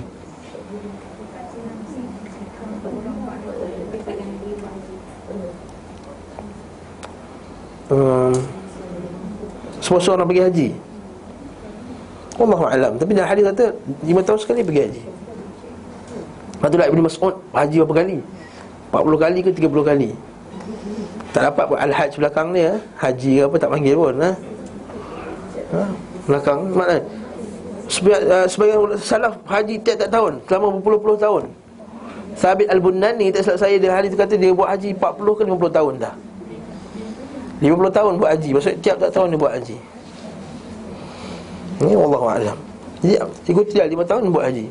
Tapi bukanlah maksudnya kita melalaikan tanggungjawab yang lain, sibuk pergi haji. Tapi kalau kita perlukan mahat hafiz, kita perlukan dakwah, itu layak diutamakan. Sebab tu ulama kata antara ibadah ni, mana nak utamakan? Ibadah tu pahala kita ke untuk orang lain pun sekali dapat? Kalau boleh orang lain sekali dapat. Tabi'u bainal haji wal umrah fa innahuma yanfiyanil faqra. Nampak? Sesungguhnya haji dan umrah ni menghapuskan kefakiran. Ni cara nak kaya. Bukan tampal ayat 1000 dinar kat dinding, pergi umrah dan haji. Fa innahuma yanfiyanil faqra. Sesungguhnya dia menghapuskan kemiskinan, kama yanfil qiru khabathal hadid wal dhahab wal fiddah. Sebagaimana peniup api itu dia menghapuskan karat-karat besi dan perak. Kan? Kalau orang-orang dia nak buat besi kan, dia tembak panas, dia tempur tu boleh terbakar sekali benda-benda yang tak elok kan. Pada kuliah lepas kita bincang pasal fitnah. Kata fitnah tu asalnya kita bakar biji besi tu supaya kita boleh asingkan mana besi yang pure, mana yang kotor-kotor dia tu. Jadi ini dengan begitu juga Allah Ta'ala boleh menghapuskan kemiskinan tadi, macam Allah Ta'ala membersihkan besi-besi itu daripada kekotoran besi-besi tadi. Kita tak nampak sebab kita tak ada penempa besi, tak ada dah, semua dalam kilang dah. Walaysa lil haji wal mabrurah thawabun dunal jannah. Tidak ada bagi haji yang mabrur itu melainkan syurga. Dari sahihan daripada Abu Hurairah radhiyallahu anhu, Rasulullah bersabda, al-umratu ila al-umrah kafaratun lima bainahuma. Umrah antara umrah penghapus dosa di antara keduanya, dengan syarat dia taubat dan daripada dosa-dosa besar. Sebab ada hadis lain dia kata apa, al-umrah bainal umrah wa salatul khams. Dan selawat antara umrah selawat yang 5, solat yang 5 itu menghapuskan dosa antara keduanya, Ramadan antara Ramadan. Tapi hujungnya apa? Idzajtunibatil kaba'ir, selagi mana dia menjauhi dosa-dosa besar. Sebab itulah ulama-ulama kita, ustaz-ustaz kita kata sebelum pergi haji taubat. Bukan kata saya taubat kat Mekah lah ustaz, bukan. Taubat sebelum pergi, sebab kita nak dapat pahala. Haji antara haji, umrah antara umrah akan menghapuskan dosa kedua antara keduanya. Tapi kalau tak taubat pada dosa besar, tak terhapus juga dosa besar tadi. Idza istunibatil kaba'ir, bila dijauhi dosa-dosa besar. Betul kita buat, kita selesai bertaubat kepada Allah Subhanahu wa taala. Wal hajjul mabrur laisa lahu jazaa'un illa al jannah, dan haji mabrur itu tidak ada ganjaran melainkan jannah. Seandainya negeri aman, itu tanah haram, bukan negerinya yang terbaik, paling dia cintai, dan pilihannya di antara negeri-negeri lain, tentu permukaannya tidak dijadikan sebagai tempat manasik bagi hamba-hambanya.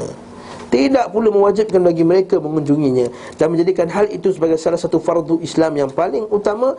Bahkan dia bersumpah dengannya pada dua tempat dalam Al-Quran, firman-Nya wa hadzal baladil amin.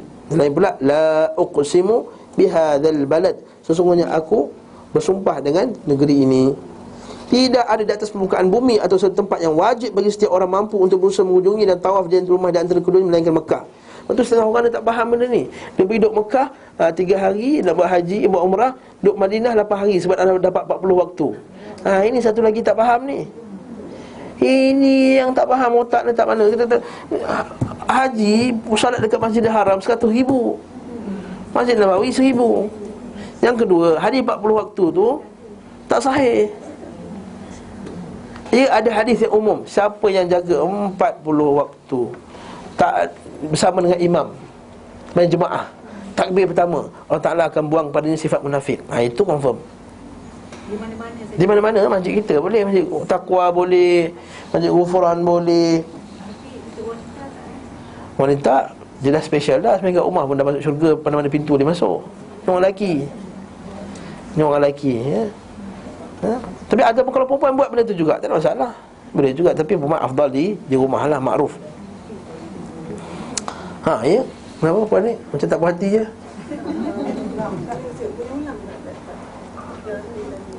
Apa tadi? Ulang mana? Saya solat 40 hari bersama dengan imam. Takbir 40 hari. Saya sebut 40 waktu tadi ya? 40 hari. 40 hari. Setiap waktu berimam. Setiap waktu sama 40 hari. Jadi kena 5 200 solat lah. Allah Ta'ala confirm buang sifat nifak daripadanya. Itu dalam kitab Subhi Hasan Halak, fiqh sunnah ada benda tersebut. Yang dia orang bagi tahu mutu ni sebab tu waktu kan, yang kalau yang bid'ah ni di Madinah. Dia dah kat Madinah lah. Madinah tak. Sebab 40 waktu, 40 hari. Bersama dengan imam, takbir yang pertama tak pernah miss. Di mana tu Ustaz? Di sini ke di mana-mana dalam dunia ni. Sebab tu kita tengok orang tabligh dia buat benda ni 40 hari keluar. 40 hari waktu dia duduk masjid dia 40 hari tu. Sebab dia nak dapat solat takbir dengan imam setiap waktu solat. Atau dah satu orang tabligh buat benda ni. Itu sahih Ustaz? Itu sahih, itu sahih, yes. Orang tabligh tu istilah lain, ni hadis tadi. Sahih lah, itu betul. Tak ada, dia nak, sebab dia nak dapat solat tadi. Itu tujuan dia. Bukan maksud saya tabligh tu secara keseluruhannya bagus. Saya cerita bab tu je. Nanti kan Ustaz salah faham lah. Ustaz Yunus kata pergi tabligh, bukan. Saya kata 40 waktu tu. Okey.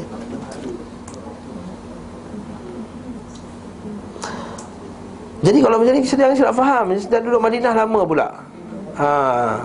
Ini berlaku kadang-kadang dia pergi umrah berapa hari, pergi Mekah pergi umrah berapa hari, 12 hari. Mekah berapa hari, Mekah 4 hari. Jangan baki 8 hari. Kenapa Mekah lebih lama? Dapat 40 waktu. Okey, baguslah 40 waktu. Tapi sekarang kamu telah melebihkan Madinah daripada Mekah. Nabi SAW kata kalau aku tak dihalau daripada Mekah ni, aku nak duduk Mekah. Nabi kata ya? Kena beritahu lah kat ustaz tu. Orang mutawif yang kempen tu. Tak ada pula di permukaan bumi satu tempat yang disyariatkan untuk dicium. Nampak ni? Dengar ni betul-betul. Tidak ada pula di atas permukaan bumi tempat yang disyariatkan untuk dicium dan disentuh, lalu kesalahan digugurkan padanya selain Hajarul Aswad dan Rukun Yamani. Tidak kubur syekh, tidaklah tempat-tempat lain disentuh-sentuh seperti yang dilakukan oleh habib-habib yang datang daripada Yaman ni.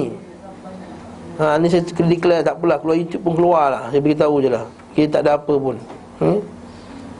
Mereka pergi ke kubur Nabi Hud itu, disentuh kubur Nabi Hud, dicium-cium kubur Nabi Hud. Baru-baru ni tuan guru mereka meninggal di Indonesia tu, Habib Musawa tu, orang cium kubur dia, orang cium batu nisan dia, apa semua ni kata tak. Dan mengharapkan daripadanya apa? Ganjaran. Kita mana datang ni? Tak disyariatkan. Kan kita dengar hadis Umar Al-Khattab yang masyhur tu, walaula anni ra'aitu Rasulullah sallallahu alaihi wasallam yuqabbiluk ma qabbaltuk. Kalau aku tidak melihat Rasulullah sallam cium engkau ni, aku takkan cium engkau, Hajarul Aswad. Dekat Rukun Yamani tu hanya sentuh saja. Jangan pergi cium pula Rukun Yamani tu.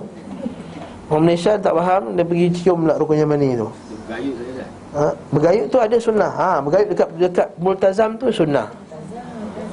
Ini kan kita kata kalau kita empat segi ni, katakanlah ini Rukun Yamani, yang ni Hajarul Aswad, betul tak? Kat sini antara kuda kita baca Rabbana Atina kan. Dekat sini tu kita kena sentuh tu, sentuh rukun tu. Dan satu tempat tu sentuh. Keadaan mizin kan lah. Dan tidak dilambai. Lambai kat Hajarul Aswad saja. Yang ni tak lambai. Tak dapat sentuh, udahlah, biarlah. Kita baca Rabbana Atina Fid Dunya. Agak sini barulah tak boleh sentuh, kita lambai. Bismillahi Allahu Akbar. Tak pula kita cium tangan. Jangan cium tangan. Orang kita kau tak tahu lah. Flying kiss Allah lah. Tak satu. Tak dikucup tangannya. Tak dikucup. Ya betul, Nabi angkat tongkat. Nabi pernah juluk kat Hajarul Aswad tu, Nabi cium kat tongkat.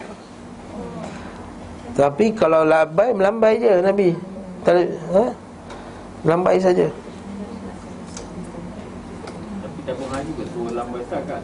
Rukun Yamani tu. Ya, kat sini melambai juga. Tak sunnah. Mana ada sunnah?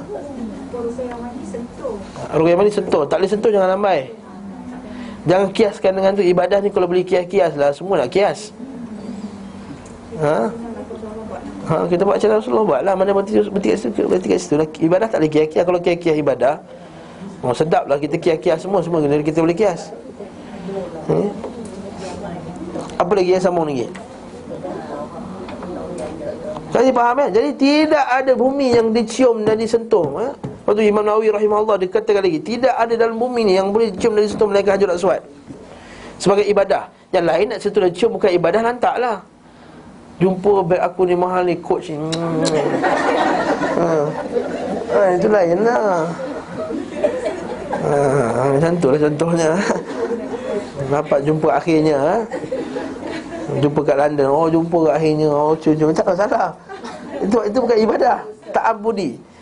Ta'abuh macam mana lah. Coach kita kira cikai lah kan. Dan tidak ada disentuh dan dicium melainkan Hajarul Aswad.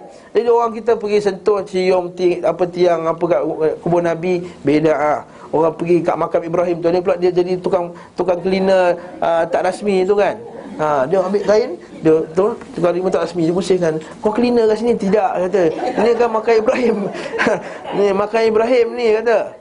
Makam Ibrahim kata, yelah makam Ibrahim tu yelah kat tempat tu mulia kan, makam Ibrahim tu. Tapi yang kaca ni yang bukan orang buat. Ni Saudi, Raja Saudi, pergi cium Raja Saudi, dia yang buat benda ni. Yang buat pergi lap buat apa. Yang hebat juga yang pergi naik dekat apa Arafah, tiang tu pun dicium, tiang putih tu. Siap beli maka lagi. Itu nama dia. Betul tak? Yunus and Radia buat love. Siapa tulis kat situ, cinta dia akan kekal abadi. Mana dapat ni? Mana dapat? Dan semualah tempat-tempat lain. Rumah Nabi, satu tempat tu belakang tu. Dia kata ini rumah Nabi, perpustakaan. Dia kata itu tempat Nabi lahir. Pertama kena sabitkan dulu sahih ke tak tempat Nabi lahir. Yang dulu kalau tempat Nabi lahir pun, adakah tempat Nabi lahir mulia kat tempat tu? Yang ketiga, bangunan yang dibina tu bukan bangunan Nabi bina. Datang puak-puak ni pergi ambil kain, cium apa semua rumah ni. Jadi orang sahabat-sahabat kita yang belajar kat Saudi, kat Madinah tu, kalau musim haji, kerja dia orang sibuk lah. Dia kerja Amr bin Ma'ruf. Dia akan jaga rumah ni, kata jangan cium, ini bid'ah, ini bukan sunnah apa semua. Ada yang pula datang ambil kain, dia saja sandar. Tu buat apa tu? Tak ada apa-apa. Saja sandar-sandar. Sebenarnya dia nak dia nak ambil kain tu. Ini sahabat saya cerita sendiri masa dia belajar sana. Ada yang hujan, ambil air tadah, air punya banyak taik burung atas tu. Dia pergi tadah daripada rumah tu, perpustakaan. Air hujan-hujan ambil. Kata minum. Banyak taik burung atas tu. Air zam-zam je lah minum. Ni dia kata benda ni tak faham. Yang bebel lah saya. Tapi benda ni yang berlaku lah. Didukir melalui jalur masabit yang sabit daripada Nabi SAW. Salat di Masjidil Haram sebanding 100,000 kali di tempat lain. Salat Masjid Nabawi apa? 1,000. Bukan macam 1,050,000. Ada tu 1,050,000. Masjid apa? Masjidil Aqsa apa? 500 ke 50? 500 ke 50? Saya rasa 50. 500 je? Saya rasa 50 je. Saya rasa lah. Saya cek 500 je? Confirm? Buka internet. Buka internet. Kalau 500 begitu. Saya tak salah, saya 50 je. Boleh? Cek Masjid Al-Aqsa Fadilat berapa? Tapi tengok website juga. Website mengarut, dapat ada mengarut.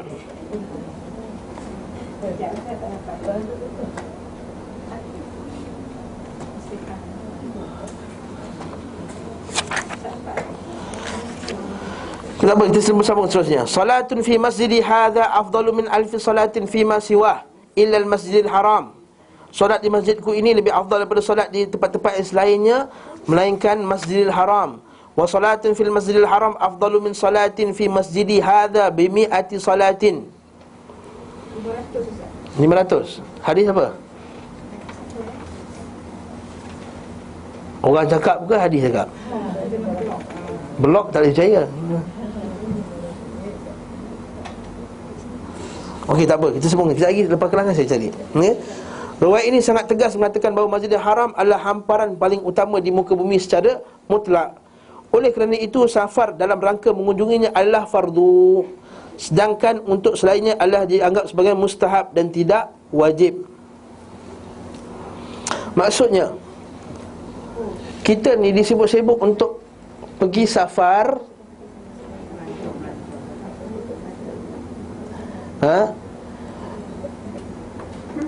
kita tidak boleh menyusah-nyusahkan untuk bersafar, untuk beribadah melainkan ketiga masjid. La tushaddur rihal illa thalathati masajid.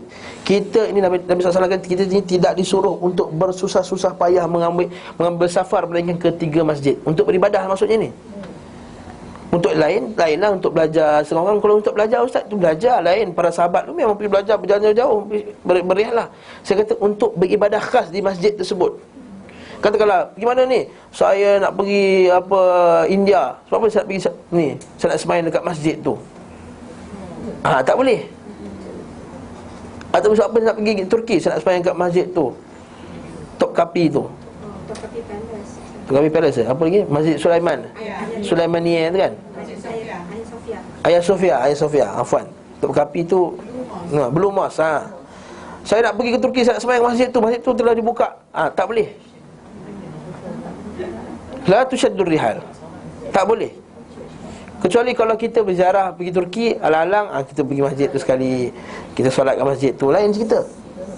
Tapi untuk musafir, kalau nak pergi masjid tu dengan niat bahawa masjid tu ada kelebihan tertentu, tak, sama je masjid tu dengan masjid kat rumah kita, pahala dia.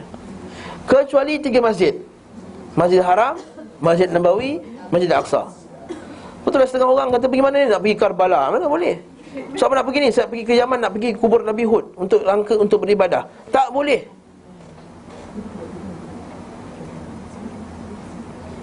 Sebab itulah para ulama kita dilarang. Hadis sabit dah hadis Abu Hurairah radhiyallahu an. Ada seorang ni dia naik kat gunung Tur Saina tu. Bila turun kata Abu Hurairah kata, kamu daripada mana ni? Aku daripada gunung Tur, aku nak solat kat sana. Kalau lah aku tahu kau nak sebelum kau pergi, aku dah halang kau dah.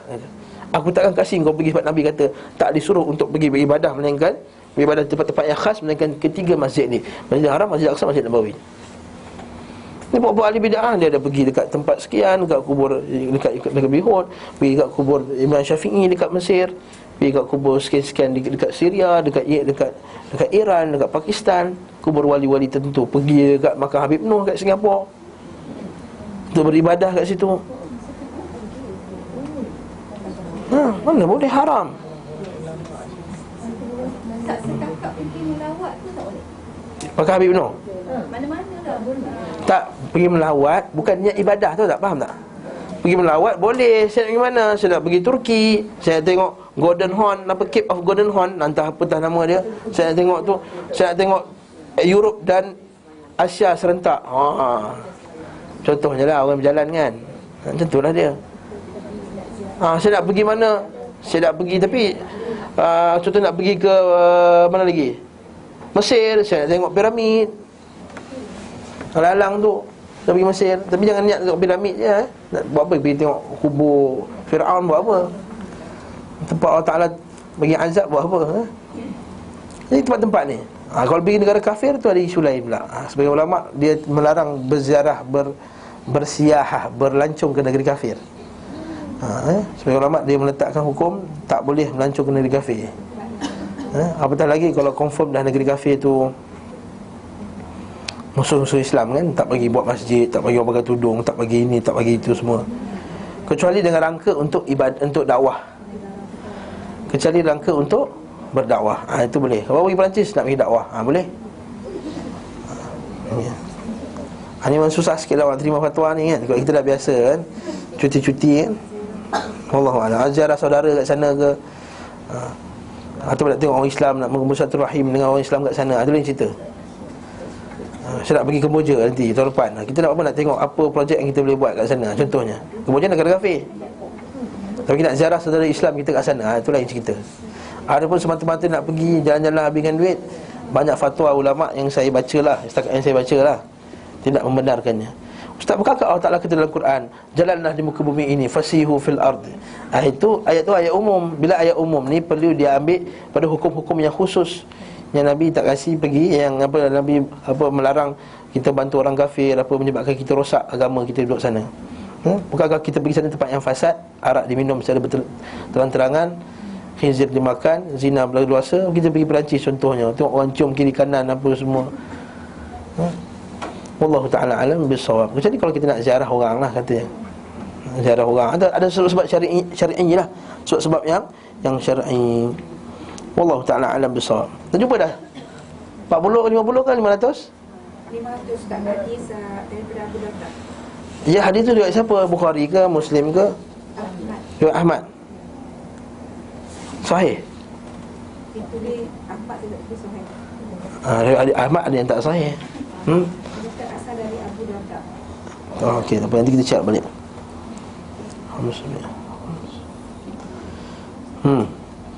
Kita pergi sambung lagi. Riwayat ini sangat tegas mengatakan bahawa Masjidil Haram adalah hamparan bumi paling. Jadi oleh kerana itu safar maksudnya musafir lah. Jangan ingat bulan Safar tu, bukan. Safar, musafir dalam rangka mengunjunginya adalah fardu, sedangkan untuk selainnya adalah hanya bersifat mustahab, disukai dan tidak wajib. Dalam Al-Musnad At-Tirmidzi An-Nasa'i disebutkan daripada Abdullah bin Adi bin Al-Hamra bahawa dia mendengar Rasulullah SAW berada di keadaannya di Al-Hazwarah, di tempat di Mekah. Kalau kita jalan kaki tu Hazwarah tu, di tempat di Mekah, di bukit kecil. Seraya Nabi bersabda, wallahi innaka la khairun ardillah wa ahabbu ardillah ila Allahi walaula anni ukhrijtu minki ma kharajtu. Nampak ni? Demi Allah, sesungguhnya engkau adalah negeri yang Allah Ta'ala, negeri yang terbaik dan negeri yang Allah paling sukai oleh Allah, negeri Allah yang paling disukai oleh Allah. Seandainya aku tidak dikeluarkan darimu, nampak? Nescaya aku tidak akan keluar. Nampak? Kalau boleh nak duduk dalam Mekah. Bahkan termasuk keistimewaannya, tapi Ibn Abbas dia duduk luar tanah haram. Tapi Ibn Abbas dia duduk Mekah, tapi dia luar tanah haram sikit. Sebab apa?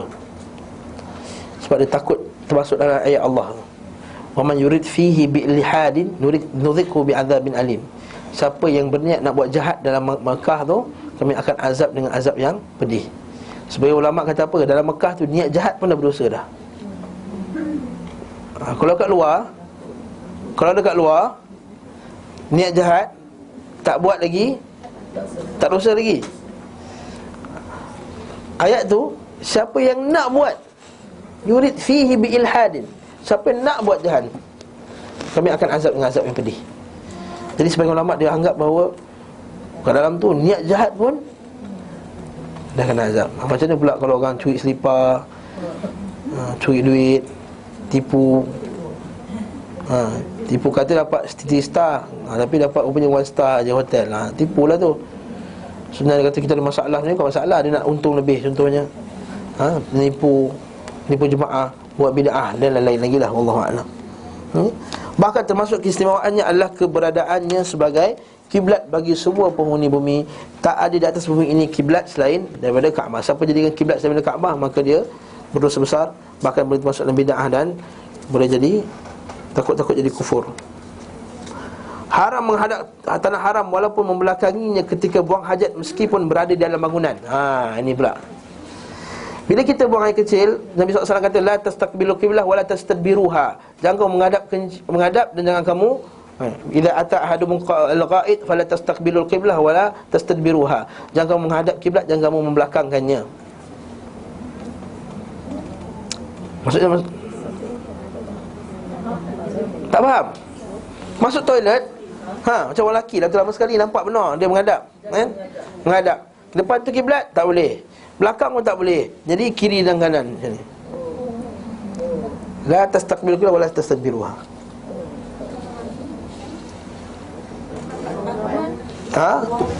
Nak okey ke? Ini mangkuk tandai. Yang ni kepala dia. Ini hidung dia, jangan salah faham. Itu hidung dia. Ini mangkuk tandas. Ini hidung dia, jangan salah faham. Mata dia. Mata ni, jangan salah faham. Mata. Okey. Ni menghadap, ini belakang. Katakanlah ini kiblat. Jangan depankan, jangan membelakangkan, tak boleh.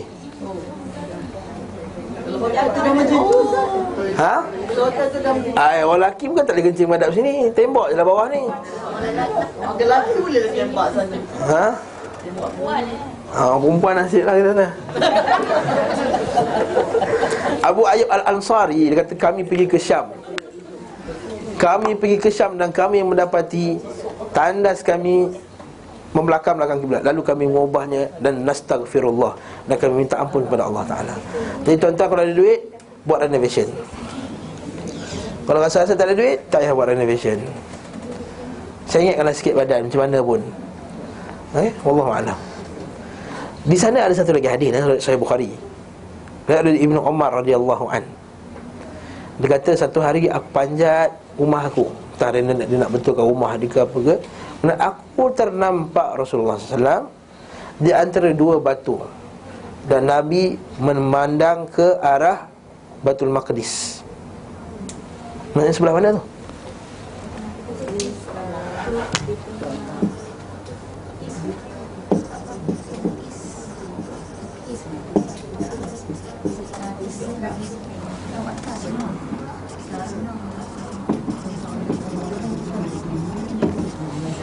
Aku melihat Nabi menghadap ke Baitul Maqdis. Maksudnya Nabi membelakangkan Kaabah. Hadis yang pertama tadi Nabi kata jangan menghadap dan jangan belakangkan. Hadis yang kedua dari Ibnu Umar, Nabi membelakangkan Kaabah. Jadi macam mana tu? Jauh.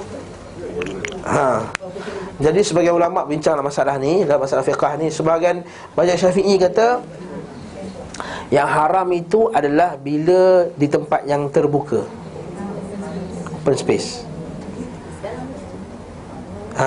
Tempat yang terbuka. Adapun dalam bangunan tak ada masalah. Pendapat yang kedua pula dia kata tak boleh, dalam bangunan, luar bangunan pun tak boleh. Habis tu yang hadis ni ialah kadang kalau dah terpaksa, contohnya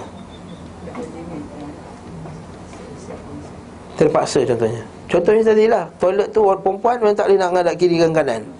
Dah terpaksa. Hari ni baru terpaksa boleh. Ini pendapat yang kedua. Jadi Bagi saya, yang saya rasa lebih aman ialah pendapat yang kedua. Lebih lagi kita menjaga. Bukan kedua, yang kedua tak boleh.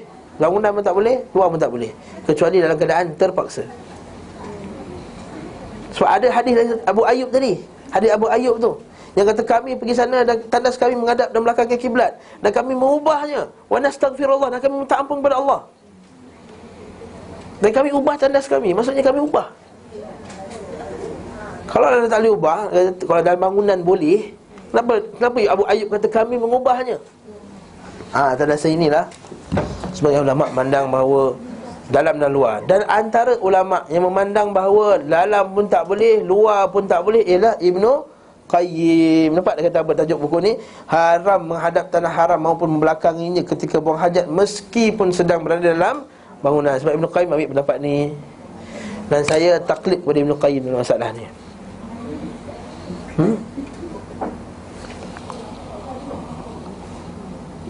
Dan antara keistimewaan tanah haram, dia kata Allah diharamkan menghadap maupun membelakanginya saat membuang hajat.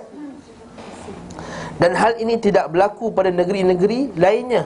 Maksudnya kita bukan kata tak boleh menghadap Melaka ke, tak boleh menghadap Johor ke. Tak ada.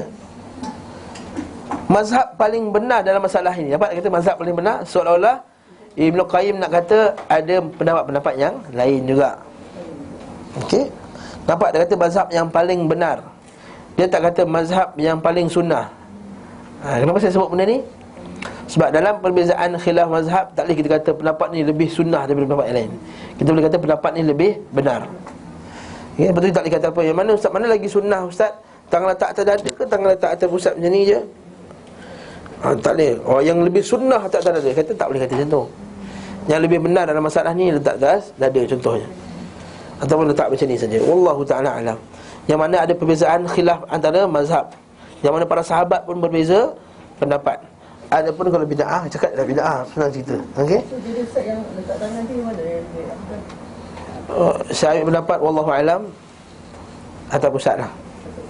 Saya rajih pendapat Imam Syafi'i, iaitu macam ni. Boleh tangan sini. Okey, walaupun banyak ustaz-ustaz sunnah kata letak tangan atas dada. Letak tangan dada ni banyak ulama kata hadis tu tak sahih. Disebabkan perbezaan ulama dalam mensahihkan hadis tu tadi, sebab tu kita dapati ada perbezaan dalam letakkan dada. Syalbani rahimahullah antara ulama yang mensahihkan tangan letak atas dada macam ni. Lalu waktu baik kuatnya kita semayang atas dia. Sebab kita banyak kat Malaysia ni yang sunnah belajar solat, sifat solat Nabi daripada Syalbani rahimahullah. Jadi waktu dia kata letak tangan atas dada macam ni. Tapi sebenarnya pendapat yang lebih rajih yang dipegang oleh majoriti mazhab ialah mana-mana kat sini. Sebab hadis berkenaan dengannya tak ada yang sahih pun kata tak atas dada. Sebagai ulama kata hadis tu sahih. Dia kata perbezaan mensahihkan hadis tu menyebabkan keluarnya perbezaan dari segi hukum. Wallahu ta'ala alam bisawab. Saya kata ini masalah fiqah, saya tak nak masuk dalam sangat. Okay. Mazhab paling benar dalam masalah ini bahawa tidak ada perbezaan antara hal itu di antara tempat terbuka dan dalam bangunan, berdasarkan dalil yang telah saya sebutkan di tempat yang lain. Nanti kita akan jumpa dalam bab bila Nabi dalam toilet nanti insya-Allah. Adapun mereka yang membedakan antara tempat terbuka dan di dalam bangunan sama sekali tidak memiliki dalil untuk menandinginya. Ditambah lagi kontradiksi sesama mereka dalam menentukan batasan tempat terbuka dan bangunan. Kalau kita baca kitab fiqah, macam mana tempat yang bangunan tu? Ada seorang kata 4 kaki hasta, ada kata 5 hasta, ada yang tutup terus. Jadi perbezaan ini menunjukkan bahawa hukum tersebut bukan datang daripada Nabi sendiri.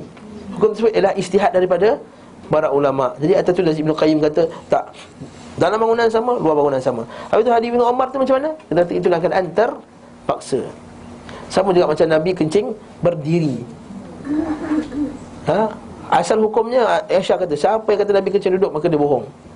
Siapa kata Nabi kencing berdiri maka dia bohong. Aku tak nak tengok pun Nabi kencing berdiri, kata Aisyah. Tapi sabit daripada hadis pada sahabat lain, saya Jabir kata aku pernah sekali tu aku yang pergi lindung Nabi kencing kat belakang berdiri. Hadis riwayat Tirmizi. Maka kat situ kata kemungkinan ialah ini masukkan itu bila Nabi terpaksa lah, keadaan sebab kotor, tak boleh kencing duduk, ataupun banyak-banyak sebab yang lain bersebab. Macam katakanlah kita pergi air kotor sangat, arena tak boleh nak semayang, tak boleh kencing duduk kan? Jadi kita kencing berdiri. Wallahu a'lam bissawab.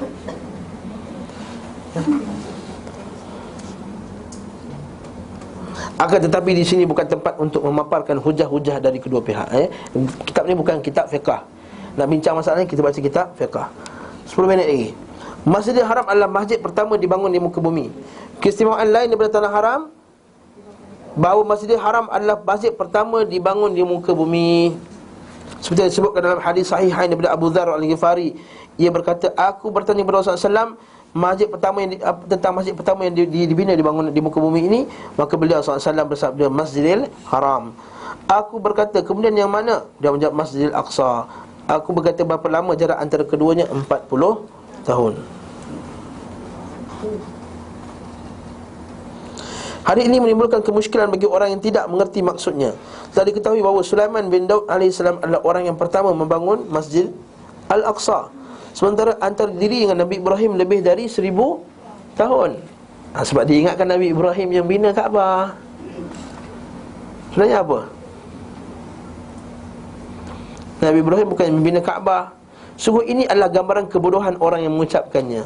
Kerana andil Sulaiman daripada terhadap Masjid Al-Aqsa hanya merenovasi, bukan meletakkan asasnya. Ada meletakkan asasnya adalah Yaqub bin Ishaq alaihissalam.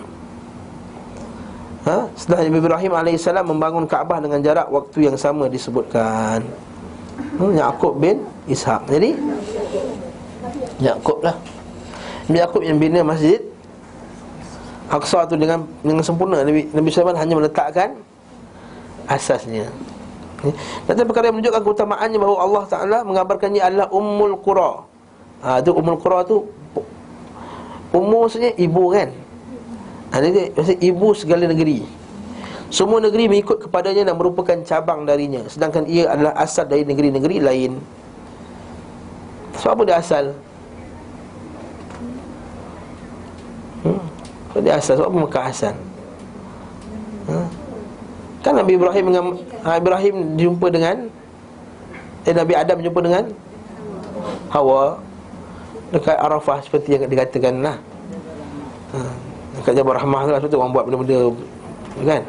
Kisah tu ada dalam kitab tarikh, kitab sejarah ada disebut.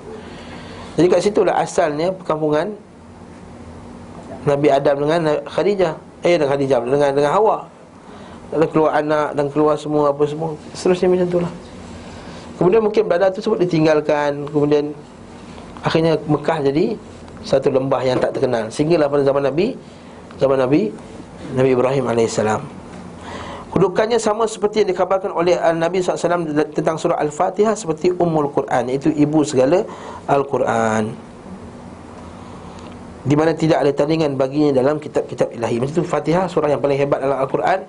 Begitu juga Makkah ialah kampung yang paling hebat dalam Al-Quran. Sebab itulah Nabi kata bila Dajjal datang nanti, Makkah dengan Madinah ni tak dimasuki oleh Dajjal. Apabila Dajjal keluar nanti, Makkah dengan Madinah tak dimasuki oleh Dajjal. Dia akan goncang, semua munafik akan keluar daripada Makkah dan Madinah. Sebab itulah kata, kalau kita kata dengar je Dajjal keluar, kita pergilah Makkah Madinah cepat-cepat, selamatkan diri. Simpan duit untuk pergi Makkah Madinah. Wallahu ta'ala alam bisawab. Nanti kita akan bincang pula, boleh tak masuk Makkah tanpa ihram, bagi nak keluar masuk, nak buat bisnes contohnya. Ana kata Ibn Qayyim. Wallahu ta'ala alam bisawab. Ada soalan tak? Ini kelebihan Mekah dulu lah.